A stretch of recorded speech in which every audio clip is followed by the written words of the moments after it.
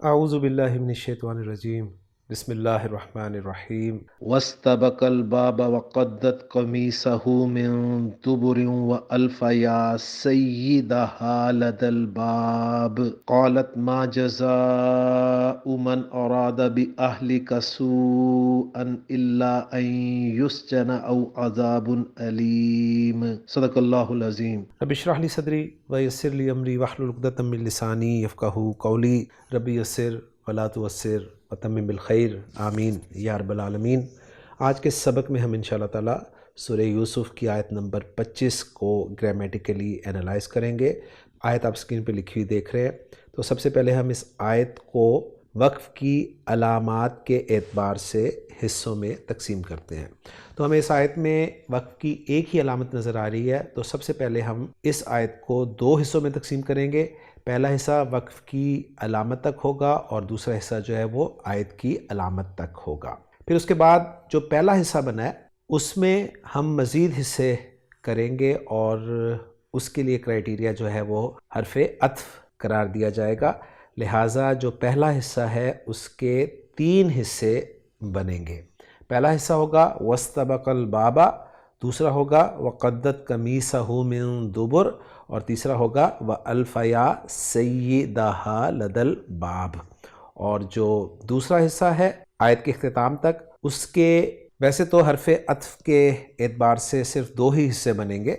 لیکن میں ان 2 حصوں کی بجائے 3 حصے کروں گا، جس میں قالت پہلا حصہ کر لوں گا اور دوسرا حصہ جو ہے وہ ما جزاء من اراد باہلک سوءا الا ان یسجن ہوگا، اور تیسرا حصہ جو ہے وہ او عذاب علیم کی صورت میں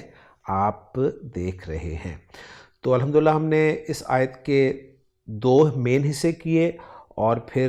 ہر ایک حصے کے 3 حصے کیے، گویا اس آیت کو ہم انشاءاللہ تعالی 6 حصوں میں تقسیم کر کے انالائز کریں گے۔ تو چلتے ہیں جی پہلے حصے کے الفاظ کی طرف۔ یہ میں نے ریپیٹ نہیں کیا،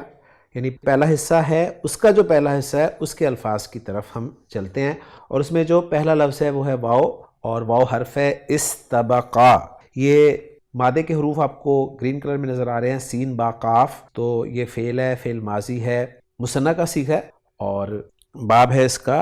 افتعال۔ سین با قاف سبق، جس طرح ہم نے آج بات کی ہے کہ آج کے سبق میں ہم تو یہ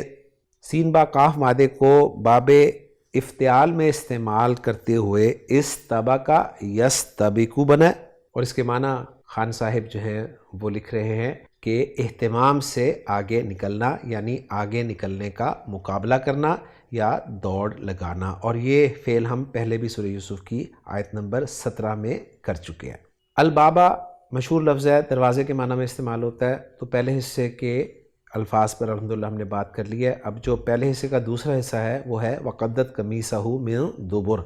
اس میں واو حرف ہے، قدت فعل ماضی واحد مؤنث غائب کا صیغہ ہے، قاف دال اور دال مادے کے 3 حروف آپ کو نظر آ رہے ہیں، اور تا بتا رہی ہے کہ یہ واحد مؤنث غائب کا صیغہ ہے۔ تو قاف دال دال مادہ خان صاحب کی ڈکشنری میں ہمیں مل رہا ہے باب نون سے قددا یقددو، اور تبدیلی کے بعد قدا یقدو قدن، جس کے معنی ہے کسی چیز کو لمبائی میں کاٹنا یا چیرنا، اور آیت کا ریفرنس خان صاحب نے یہی دیا ہے، یعنی اسی آیت کا ریفرنس آپ کو ڈکشنری میں مل جائے گا۔ اس کے بعد قمیص کا لفظ آپ دیکھ رہے ہیں جو کہ یہاں پر منصوب استعمال ہوئے، اور قمیص ہماری اردو زبان میں استعمال ہونے والا قمیض لفظ جو ہے اس کے ایکولنٹ ہی ہے، یا اس کے لیے ہم کرتے کا لفظ جو ہے وہ بھی استعمال کر سکتے ہیں۔ ہا کی ضمیر اسم کے بعد لگی ہوئی ہے جو کہ واحد مذکر غائب کی ضمیر ہے، اور اس پر الٹی پیش آنے کی وجہ بھی الحمدللہ آپ اچھی طرح جان سکتے ہیں۔ من حرف جر ہے، جس کے بعد دبر کا لفظ آپ کو نظر آ رہا ہے، اور دبر کا لفظ جو ہے یہ کئی معنی میں استعمال ہوتا ہے، اس پہ انشاءاللہ تعالی ہم ڈاکٹر عبدالرحیم صاحب کی ورکنگ میں تفصیل سے بات کر لیں گے۔ اب جو پہلے حصے کا تیسرا حصہ ہے اس کے الفاظ پہ بات کر لیتے ہیں، وہ ہے وَأَلْفَ يَا سَيِّدَهَا لَدَى الْبَابِ۔ اس میں واو حرف ہے، الفا یا لام فا اور واو مادہ ہے، جیسا کہ آپ خان صاحب کی ڈکشنری میں دیکھ رہے ہیں، یہ باب افعال میں استعمال ہوا ہے، الفا و یلفیو الفاون، اور پھر تبدیلی کے بعد یہ الفا یلفی الفاءن بنا، اور اس کے معنی ہے کسی چیز کو پا لینا۔ الفا یا جو ہے فعل ماضی مثنیٰ کا صیغہ ہے، یہ سید کا لفظ جو ہے یہ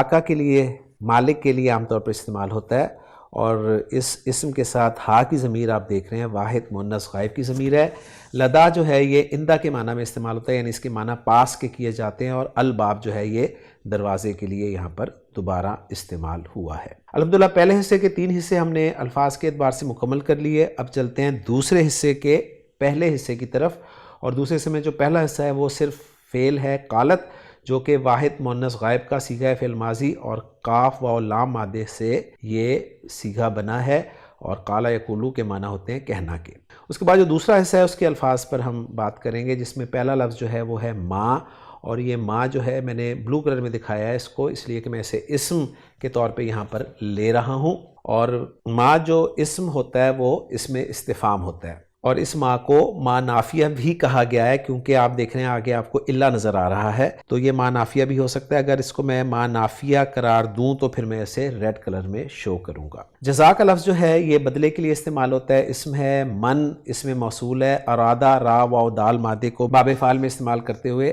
اروادہ یرویدو، اور پھر تبدیلی کے بعد ارادہ یریدو ارادتاً بنتا ہے، جس کے معنی چاہنا کے یا ارادہ کرنا کے ہوتے ہیں۔ با حرف جر ہے، اور اہل کا لفظ جو ہے یہ مختلف معنی میں استعمال ہوتا ہے، اس پہ بھی انشاءاللہ تعالی ہم ڈاکٹر عبدالرحیم صاحب کی ورکنگ میں تفصیل سے دیکھیں گے۔ اہل لفظ کے ساتھ کاف ضمیر مجرور متصل واحد مذکر حاضر کی لگی ہوئی ہے، اور سوءن کا لفظ یہ برائی کے لیے استعمال ہوتا ہے، اور یہ سوءن آپ دیکھیں منصوب لکھا ہوا ہے اور ایک الف آپ لکھا ہوا دیکھ رہے ہیں،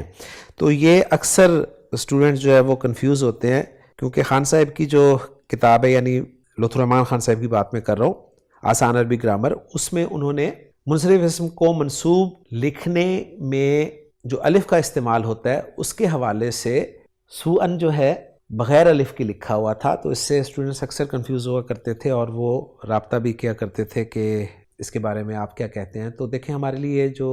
اتھینٹک ہے وہ ہے قرآن مجید مصحف، تو مصحف میں آپ دیکھیں یہ الف کے ساتھ لکھا ہوا ہے، یعنی قاعدہ جو ہم نے پڑھا تھا نا کہ کسی بھی منصرف اسم کے آخر میں الف اور حمزہ آ جائے تو پھر اس کے بعد الف کا اضافہ نہیں کیا جاتا، تو یہاں پر آپ دیکھیں واو اور حمزہ ہے، الف اور حمزہ نہیں ہے، تو یہ مسئلہ اس طرح آسانی سے حل ہو جاتا ہے۔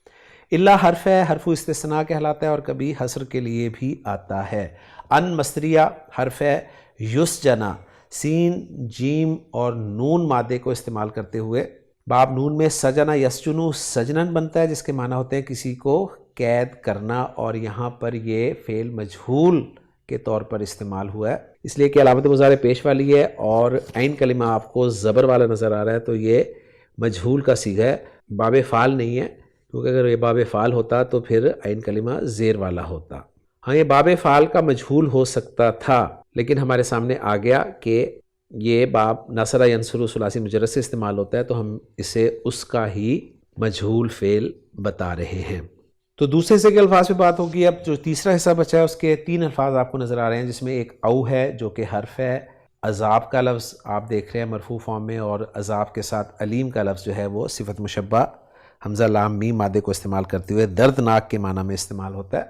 اور عذاب ہم اردو جاننے والے اس لفظ سے بخوبی واقف ہیں۔ تو الحمدللہ جی الفاظ پہ ہماری تفصیل سے بات ہو چکی ہے، اب ہم چلتے ہیں ڈاکٹر عبدالرحیم صاحب کی ورکنگ کی طرف، اور اس آیت کے حوالے سے جو انہوں نے موتی پیش کیے ہیں ہم ان موتیوں کو اکٹھا کرنے کی کوشش کرتے ہیں۔ تو آیت نمبر 25 میں شرح المفردات میں وہ بتا رہے ہیں استبقا ای تسابقا، یعنی استبقا کو انہوں نے تسابقا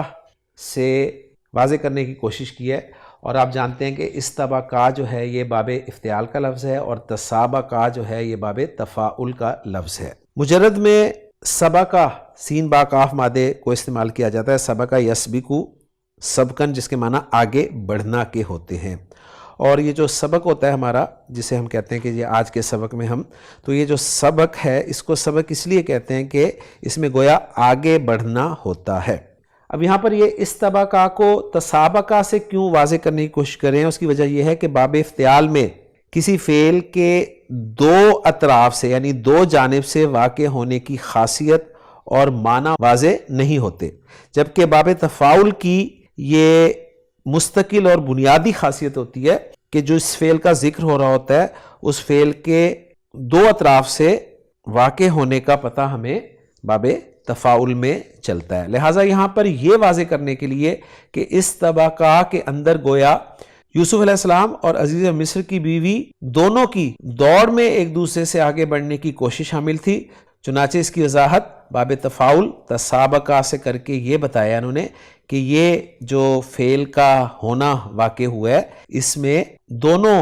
جانب جو ہیں وہ شامل ہیں، اور اس کے لیے جو ٹرمینالوجی استعمال کی جاتی ہے وہ یہ ہوتی ہے کہ صدور فعل من الجانبین، یعنی دونوں جانبوں سے کسی فعل کا ہونا. اور باقی اس کے معنی جو ہے ہم خان صاحب کی ڈکشنری میں بھی دیکھ چکے ہیں. قد الشیء یقدہ قدن، تو فعل ماضی بھی ذکر کر دیا، فعل مضارع بھی ذکر کر دیا، اس کا استعمال بھی بتا دیا کہ وداؤٹ پریپوزیشن استعمال ہوتا ہے، اس کا مفعول بھی جو ہے اور مصدر بھی آ گیا قدن، اور معنی آگے لکھ دیے شقہ طولن. شک کرنا کے معنی پھاڑنا کے چیرنا کے ہوتے ہیں، تو گویا اس نے اس کو چیر دیا لمبائی کے لحاظ سے، یعنی لمبائی میں چیرنا، لمبائی میں کسی چیز کو شک کرنا یا کاٹنا. اچھا یہ تو ہے لمبائی میں کاٹنا. اگر کسی چیز کو آپ چوڑائی میں کاٹیں تو اس کے لیے جو عربی زبان میں لفظ استعمال ہوتا ہے وہ ہوتا ہے قط، قاف اور طا. یعنی قدہ کے معنی ہے کسی چیز کو لمبائی میں کاٹنا یا چیرنا، اور قطع کے معنی ہے کسی چیز کو چوڑائی میں کاٹنا، اور خاص طور پہ یہ لفظ جو ہے چمڑے کے کاٹنے کے لیے استعمال ہوتا ہے.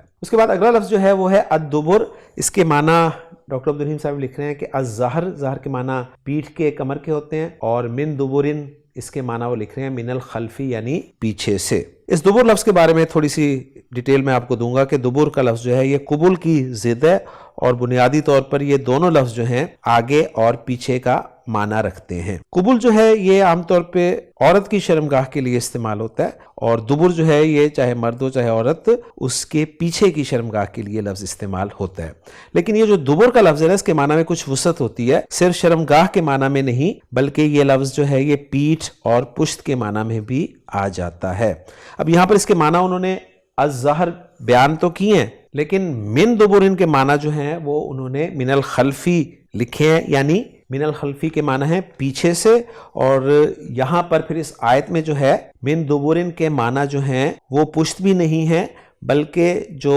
جہات ستہ ہے نا، 6 جہتیں ہیں، ان میں سے ایک جہت یعنی خلف وہ مراد ہے یہاں پر. تو یہ ایک امپورٹنٹ لفظ تھا، تو میں نے چاہا کہ آپ کو اس کے بارے میں تفصیل دیتا چلوں. اس کے بعد اگلا لفظ جو ڈاکٹر عبدالرحیم صاحب ذکر کر رہے ہیں وہ ہے الفا الشیء الفاءن. تو الفا یلفی الفان یہ ہم خان صاحب کی ڈکشنری میں دیکھ چکے ہیں. مفعول اس کا وداؤٹ پریپوزیشن استعمال ہو رہا ہے، اور اس کے معنی ہے وجدہ، یعنی وجدان کے معنی میں استعمال ہوتا ہے، اور وجدان کے معنی ہوتے ہیں پانا کے. اور یہ جو فعل ہے وجدہ یہ 2 مفعول ڈیمانڈ کرتا ہے، ذہن میں رکھیے گا. اور اس کے لیے آیت کا ریفرنس ڈاکٹر عبدالرحیم صاحب نے دیا ہے کہ وَإِذَا قِيلَ لَهُمْ اتَّبِعُوا مَا أَنزَلَ اللَّهُ قَالُوا بَلْ نَتَّبِعُ مَا أَلْفَيْنَا عَلَيْهِ آبَاءَنَا. اور پھر سورہ صافات سے بھی ایک آیت کا ریفرنس انہوں نے دیا ہے اسی لفظ کے حوالے سے. السید کے لفظ کو ذکر کر رہے ہیں کہ المراد بالسیدی ہنا زوجہا. یہاں پہ سید سے مراد اس مؤنث کا زوج ہے، یعنی آپ دیکھیں زوجو ہا ہے یہاں پر. اگر یہاں پر زوجو ہو ہوتا تو پھر ہم زوج کو بیوی کے معنی میں لیتے. اب یہاں زوجو ہا ہے تو ہم یہاں پر زوج کو خاوند کے معنی میں لے رہے ہیں، اس لیے کہ زوج کا لفظ جو ہے یہ جوڑے کے لیے استعمال کیا جاتا ہے، اور میاں بیوی ایک جوڑا ہی ہے. مزید بتا رہے ہیں ڈاکٹر عبدالرحیم صاحب کہ وَجَمْعُ السَّيِّدِ سَادَةٌ، سید کی جمع جو ہے وہ سادتن ہے. ہوا علی وزنی فعلاتن، یہ فعلاتن کے وزن پر ہے. تو یہ سادتن فعلاتن کے وزن پہ کیسے ہو گیا؟ تو ذرا دیکھیں، مادہ اس کا سین یا دال ہے نا، تو سایاداتن بنا فعلاتن. تو حرف علت پہ حرکت ہے، ما قبل فتح ہے تو حرف علت الف میں تبدیل ہوتا ہے، تو یہ بن جاتا ہے پھر ساداتن. اور یہ فعلا وزن جو ہے اس کی مزید مثالیں وہ دے رہے ہیں، مثلا کفراتن فجراتن. کفراتن کافر کی جمع ہے، فجراتن فاجر کی جمع ہے. اسی طرح قرآن مجید میں ساحراتن کا لفظ بھی استعمال ہوا ہے اور وہ ساحر کی جمع ہے. اور مزید بتا رہے ہیں وَلَفْظُ سَادَةٌ أَصْلُهُ سَوَدَةٌ لِأَنَّهُ مِن سَادَ يَسُودُ. تو گویا میں نے آپ کے سامنے رکھا کہ یہ سین یا دال مادہ ہے، لیکن اصل مادہ اس کا جو ہے وہ سین واو دال ہے، اور پھر سید لفظ میں وہ واو جو ہے وہ یا میں تبدیل ہو جاتی ہے. تو سین واو دال مادہ سادہ یسودو باب نصر ینصر سے استعمال ہوتا ہے، اور اس کی ساری ڈیٹیل الحمدللہ آپ کے سامنے آ چکی ہے. لدا لفظ کے بارے میں ڈاکٹر عبدالرحیم صاحب بتا رہے ہیں کہ لدا اور لدن یہ 2 الفاظ ہیں، اور یہ ظرفہ مکانن ہے. ظرفہ نون ڈراپ ہوا ہے اس کا، یعنی مرکب اضافی ہے یہ، ظرفانی دو ظرف ہیں مکانن مکان کے، نون ڈراپ ہو گیا تو ظرفہ مکانن یعنی ظرف مکان کے یہ دو لفظ ہیں، اور کس معنی میں یہ استعمال ہوتے ہیں؟ یہ اندہ کے معنی میں استعمال ہوتے ہیں۔ الا انہما لا یستعملان الا فی الحاضری، مزید بتا رہے ہیں کہ یہ دونوں استعمال نہیں ہوتے سوائے حاضر کے، یعنی عموم زمانہ ان میں نہیں پایا جاتا، بلکہ یہ صرف زمانہ حال میں اور حاضر میں ہی استعمال کیے جاتے ہیں۔ اس بات کو ہم مثالوں کے ذریعے سمجھتے ہیں۔ مثال وہ دے رہے ہیں لدیہ مالن، اس کے معنی ہے ای الانا، یعنی جب کہا جائے نا لدیہ مالن اس کے پاس مال ہے، اندہ کے معنی بھی ہم پاس ہی کرتے ہیں، تو لدیہ مالن کا معنی ہوں گے اس کے پاس اس وقت مال ہے۔ یہ نہیں بتایا جا رہا کہ مال ماضی میں تھا یا مستقبل میں ہوگا یا نہیں ہوگا، کچھ نہیں، صرف بتایا جا رہا ہے کہ مال اس کے پاس ہے، اس وقت موجود ہے، یعنی حاضر ہے۔ ولا یلزم ذالک فی عندہ مال، اور یہ عندہ مال میں لازم نہیں ہے، یعنی جب آپ کہتے ہیں نا عندہ مال، ترجمہ یہی ہوگا دونوں کا، لدیہ مال اور عندہ مال کا، کہ اس کے پاس مال ہے، لیکن لدیہ مال ہم اس وقت کہیں گے جبکہ مال اس کے پاس موجود ہو اس وقت، اور عندہ مال ہم اس وقت بھی کہہ سکتے ہیں کہ وہ مال چاہے اس کے گھر پڑا ہو یا اس نے بینک میں رکھوایا ہوا ہو، عندہ مال سے گزارا ہو جائے گا۔ مزید بتا رہے ہیں کہ وَاتصالُ، ملا کر پڑھیں گے وَاتصالُ لدا بالمضمراتی کاتصالی علی، کیا مطلب ہے اس کا؟ کہ لدا کا اتصال یعنی اس کا ملنا کس کے ساتھ؟ مضمرات کے ساتھ، یعنی ضمائر کے ساتھ بالکل اسی طرح کا ملنا ہے جس طرح حرف جر علی کا ملنا ہوتا ہے، یعنی علی کو اگر ہم ضمائر کے ساتھ استعمال کریں نا تو جو گردان بنتی ہے وہ کیا بنتی ہے؟ علیہ، علیہما، علیہم، علیہا، علیہما، علیہن، علیکا، علیکما، علیکم، علیکی، علیکما، علیکن،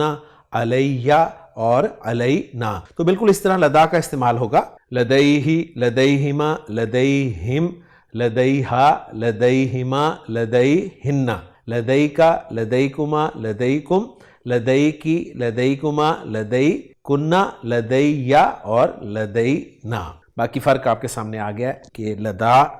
جو ہے وہ عندہ کے ساتھ کس طرح مختلف ہے۔ اس کے بعد اگر آپ بتا رہے ہیں الجزاء، اس کے معنی ہے ما یجزا بہی، یعنی وہ چیز جس کے ذریعے جزا دی جائے، یعنی جس کے ذریعے بدلہ دیا جائے، یعنی بدلے میں جو چیز دی جاتی ہے نا اس کو جزا کہا جاتا ہے۔ الاہل کے معنی بتا رہے ہیں کہ الاقارب والعشیرۃ، الاقارب جو ہے یہ قریبی رشتہ داروں کے لیے لفظ استعمال ہوتا ہے، اور العشیرۃ جو ہے یہ خاندان یا قبیلے کے لیے لفظ استعمال ہوتا ہے، اور اس کے ایک اور معنی بتا رہے ہیں الاہل کے کہ الزوجہ بھی اس کے معنی ہے، اور الزوجہ جو ہے وہ بیوی کو کہا جاتا ہے۔ جمع بتا رہے ہیں الاہل کی کہ اہالن آتی ہے اور اہلونا آتی ہے، یعنی اس کی دو جمع آتی ہیں، اہالن جو ہے یہ جمع مکسر ہے، اور اہلونا جو ہے یہ جمع سالم کے پیٹرن پہ ہے، اور اس کے بارے میں بتا رہے ہیں کہ وَهُوَ ملحق بجمع المذکر السالم، یعنی یہ جمع سالم مذکر کے ساتھ ملحق ہوگی، یعنی اس کا اعراب جو ہے نا جمع سالم مذکر والا ہوگا، جیسے جمع سالم مذکر کا اعراب آتا ہے نا مسلمون، مسلمین، مسلمین، اسی طرح اہلونا، اہلینا اور اہلینا، تو اس کو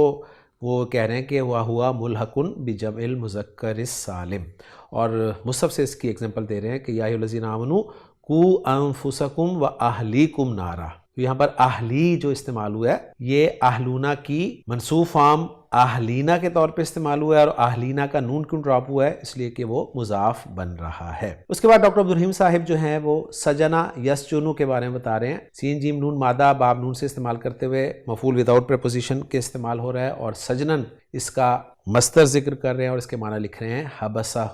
حبسہ ڈکشنری بتاتی ہے کہ اس کے معنی قید کرنا یا قبضے میں رکھنا کے ہوتے ہیں، اور مزید بتا رہے ہیں کہ وَالسِّجْنُ بِالْكَسْرِ، یعنی سجن کا لفظ جو زیر کے ساتھ استعمال ہوگا تو اس کے معنی ہوں گے مکانٌ یسجن فیہ، ایسی جگہ جہاں پر قید کیا جائے، تو اس کو سجن کہا جاتا ہے، یعنی ہمارے ہاں اردو میں جیل کا لفظ اس کے لیے استعمال ہوتا ہے۔ العذاب کے معنی بتا رہے ہیں العقاب کے ہیں، یقالو کہا جاتا ہے عذبہ، یعنی عین زال با مادہ باب تفعیل میں استعمال ہوتا ہے، عذبہ یعذب، مصدر اس کا اوریجنل تعذیباً استعمال ہوتا ہے، لیکن العذاب جو عذاب کا لفظ ہے وہ اس میں مصدر کے طور پر استعمال ہوتا ہے، تو عذبہ یعذب اس سے عذاب جو ہے وہ اس میں مصدر ہوگا۔ علیم کے معنی وہ بتا رہے ہیں کہ مؤلم کے ہیں، علیم صفت مشبہ کا سیغہ ہے، اور مؤلم جو ہے حمزہ لام میم مادے کو جب آپ باب فعل میں استعمال کریں گے تو اسے اسم الفاعل کا سیغہ بنے گا، یعنی تکلیف دینے والا یا دکھی کرنے والا۔ اور ہم جانتے ہیں کہ فعیل کا وزن جو ہے کبھی اسم الفاعل کے معنی میں استعمال ہوتا ہے اور کبھی اسم المفعول کے معنی میں استعمال ہوتا ہے، تو یہاں پر یہ اسم الفاعل کے معنی میں استعمال ہوا ہے۔ تو الحمدللہ جی الفاظ کے حوالے سے ڈاکٹر عبدالرحیم صاحب کی ورکنگ ہمارے سامنے آ گئی ہے۔ اب ہم دیکھتے ہیں ایضاحات النحویہ میں وہ کیا بتا رہے ہیں۔ تو پہلی چیز وہ بتا رہے ہیں وَاسْتَبَقَ الْبَابَ، اس کے بارے میں لکھ رہے ہیں کہ یہ نُصِبَ الباب بنزع الخافض۔ نصب الباب کا کیا مطلب ہے؟ یہ الباب کو جو نصب دیا گیا ہے نا، یہ کس وجہ سے دیا گیا ہے؟ بنزع الخافض، یعنی خافض کے نزع کی وجہ سے اس کو نصب دیا گیا ہے۔ یہاں پر خافض اور نزع دو الفاظ استعمال ہوئے ہیں۔ خافض جو ہے یہ اسم الفاعل کا صیغہ ہے، اور خفض کے معنی نیچا دکھانا کے ہوتے ہیں، اور زیر یہ جو حرکت ہے یہ بھی چونکہ نیچے ہوتی ہے اس لیے اسے خفض کہا جاتا ہے، اور خافض کے معنی پھر حرف جر کے کیے جاتے ہیں۔ نزع کے معنی جو ہیں وہ کھینچنا کے ہوتے ہیں، تو گویا حرف جر کے کھینچنے کی وجہ سے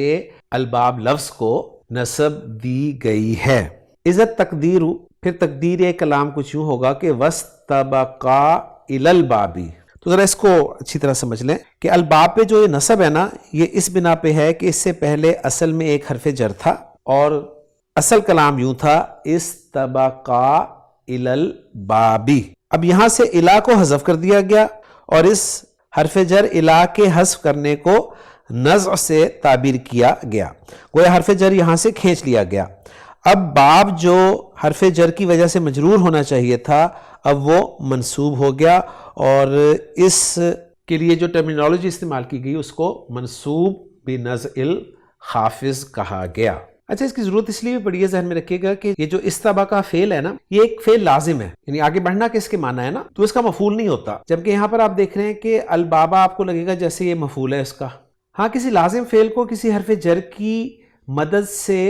متعدی بھی بنایا جا سکتا ہے، لیکن یہاں پر وہ بھی چکر نہیں ہے۔ تو یہاں پر چکر صرف یہ ہے کہ حرف جر کو نکال دیا جاتا ہے، اور اس کی وجہ سے جو اسم مجرور ہونا چاہیے تھا اس کے نکلنے کی وجہ سے اسے نصب دے دی جاتی ہے۔ تو یہ ٹرمینالوجی جو ہے یہ منصوب بنزع الخافض کہلاتی ہے، تو اس کو اچھی طرح آپ سمجھ لیجیے۔ پھر مزید بتا رہے ہیں کہ وہ الفا یا میں جو الف ہے یہ فاعل ہے۔ الفا یا کے بعد جو الف نظر آ رہا ہے نا، یہ فاعل ہے، ضمیر مرفوع متصل فاعل ہے۔ وَيَعُودُ الضَّمِيرُ عَلَى يُوسُفَ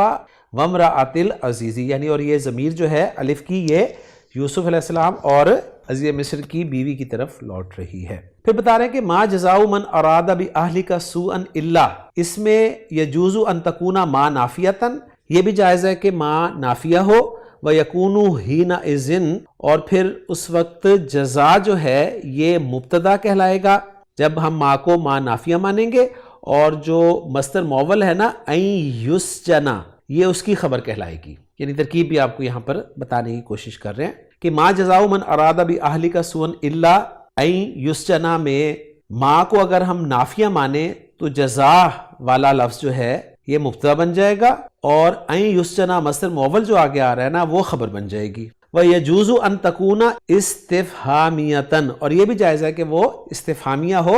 وَتَكُونُ حِينَئِذٍ خَبَرًا مُقَدَّمًا، اس صورت میں ما جو ہے یہ خبر مقدم ہوگا، اور تقدیر کلام کچھ یوں ہوگا کہ أَيُّ شَيْءٍ جَزَاؤُهُ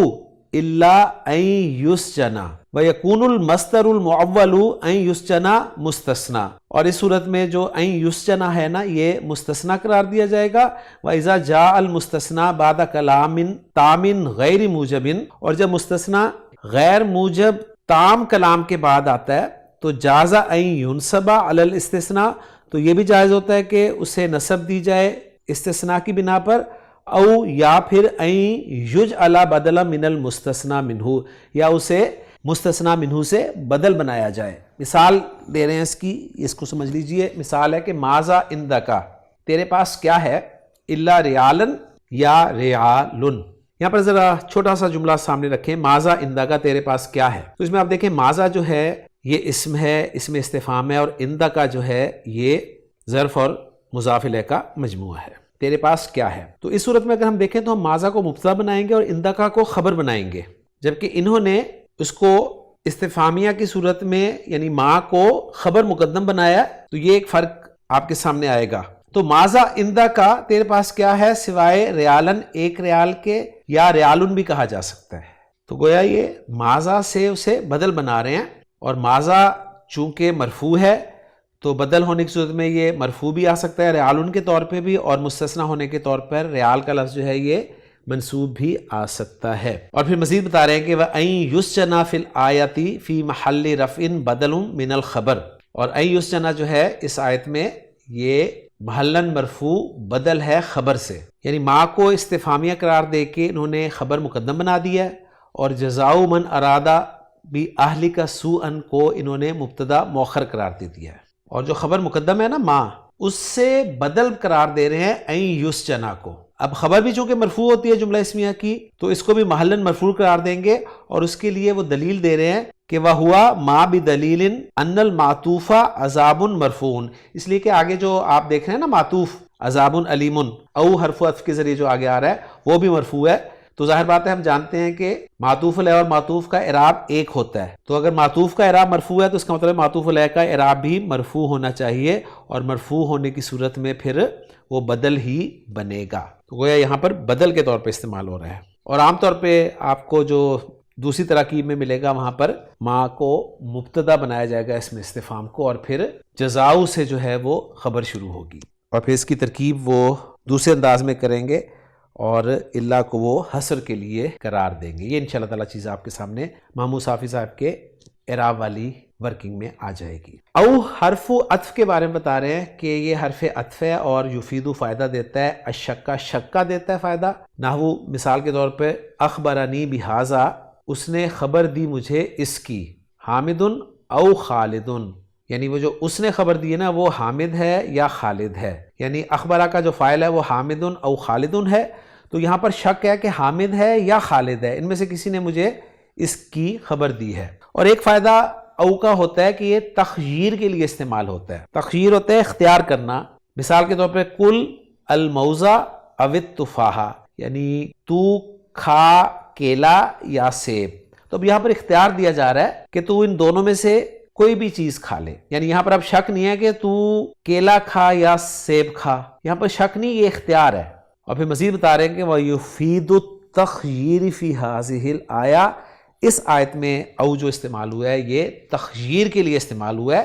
شک کے لیے استعمال نہیں ہوا. یہ اچھی طرح آپ سمجھ لیجئے گا. تو الحمدللہ جی ڈاکٹر عبدالرحیم صاحب کی ورکنگ جو ہے یہاں پر مکمل ہو چکی ہے. اب ہم چلتے ہیں واپس آیت کی طرف اور اعراب بیان کرتے ہیں جملوں کا، اور پھر اس کو ٹیلی کریں گے محمود صافی صاحب کی ورکنگ کے ذریعے. تو پہلا جملہ جو ہمارے سامنے آیا تھا وہ تھا وَاسْتَبَقَ الْبَابَ. واؤ کو ہم استنافیہ قرار دے دیں گے یہاں پر، اور استبقا فعل با فاعل ہوگا، الف ضمیر مرفوع متصل فاعل ہے، اور البابا جو ہے یہ منصوب بنزع الخافض قرار دیا جائے گا. اور دیکھتے ہیں محمود صافی صاحب نے اس کو مفعول بھی قرار دیا یا کیا قرار دیا، دیکھ لیں گے. اس طرح پھر فعل اپنے فاعل اور متعلق سے یا مفعول بھی سے مل کر جملہ فعلیہ بن جائے گا. دوسرا جملہ ہے وہ ہے وَقَدَّتْ قَمِيصَهُ مِن دُبُرٍ. واؤ کو ہم عاطفہ قرار دے دیں گے، قدت فعل با فاعل ہوگا، یا ضمیر مرفوع متصل فاعل ہے، قمیصہ مضاف مضاف الیہ ہو کر یہ مفعول بھی بن جائے گا، اور من دبر جار مجرور جو ہے یہ متعلق ہو جائے گا قدت فعل کے. پھر قدت فعل اپنے فاعل اپنے مفعول بھی اور اپنے متعلق سے مل کر جملہ فعلیہ بن جائے گا. اس کے بعد جو تیسرا جملہ بنا ہے ہمارا پہلے حصے کا وہ ہے وَأَلْفَ يَا سَيِّدَهَا لَدَى الْبَابِ. اس میں واؤ کو ہم عاطفہ مان لیں گے، الفا یا فعل با فاعل ہو جائے گا، الف ضمیر مرفوع متصل اس کا فاعل ہو جائے گا، سیدہا جو ہے مضاف مضاف الیہ ہو کر مفعول بھی بن جائے گا، اور لدل بابی جو ہے یہ ظرف اور مضاف الیہ ہو کر مفعول فی بن جائے گا الفا یا فعل کے لیے. اور الفا یا فعل اپنے فاعل اور اپنے مفعول اور مفعول فی سے مل کر جملہ فعلیہ بن جائے گا. اور میں دیکھ رہا تھا کہ محمود صافی صاحب نے یہاں پر لدل بابی کو ظرف اور مضاف الیہ قرار دے کر متعلق کیا ہے الفا یا کے مفعول ثانی کے، یعنی الفا یلفی فعل جو ہے یہ وجدہ کے معنی میں ہوتا ہے نا، اور وجدہ دو مفعول ڈیمانڈ کرتا ہے، تو ایک مفعول تو اس کا آ گیا سیدہا، اور دوسرا مفعول جو تھا جو کہ ہڈن ہے موجودن اسم مفعول کا صیغہ، اس کے متعلق پھر اس کو قرار دیا گیا ہے. تو یہ دونوں چیزیں ہمارے سامنے ہونی چاہیے. اس کے بعد جو دوسرا حصہ تھا اس میں پہلا جملہ ہے قالت، جو کہ فعل اور فاعل کا مجموعہ ہے، یا ضمیر مرفوع متصل اس کا فاعل ہے۔ اب ہمیں چاہیے مقول القول یعنی مفعول بہ، جو کہ ایک جملہ ہوگا، اور وہ ہے ما جزاء من اراد باہلک سوءا الا ان یسجن۔ یہاں تک ہم مقول القول بنائیں گے۔ اس میں محمود صافی صاحب نے جو ترکیب کیا وہ میں آپ کے سامنے رکھ رہا ہوں، کیونکہ ڈاکٹر عبدالرحیم صاحب کی ترکیب تو آپ کے سامنے آ چکی ہے۔ محمود صافی صاحب اس کی ترکیب یہ کر رہے ہیں کہ ما یہاں پر اس میں استفہام ہے، اور یہ محلاً مرفوع مبتدا ہے، اور جزا جو ہے یہ مضاف ہے جس کا مضاف الیہ ہے من ارادہ باہلک سوءا، اور اس مضاف الیہ میں من جو ہے وہ اسم موصول ہے جس کا صلۃ الموصول جو ہے وہ ہے ارادہ باہلک سوءا، اور جو صلۃ الموصول ہے من کے لیے وہ ہے ارادہ باہلک سوءا، جس میں ارادہ فعل با فاعل ہے، ہوا ضمیر مرفوع متصل اس کا فاعل ہو جائے گا، سوءا مفعول بہ ہے منصوب ہے، اور باہلک جار مجرور جس میں مجرور جو ہے وہ مضاف الیہ کا مجموعہ ہے، یہ متعلق ہو جائے گا ارادہ فعل کے۔ لیکن محمود صافی صاحب نے اس باہلک جار مجرور کو سوءا کے لیے حال قرار دیا ہے، یعنی سوءا باہلک تھا اصل میں کلام،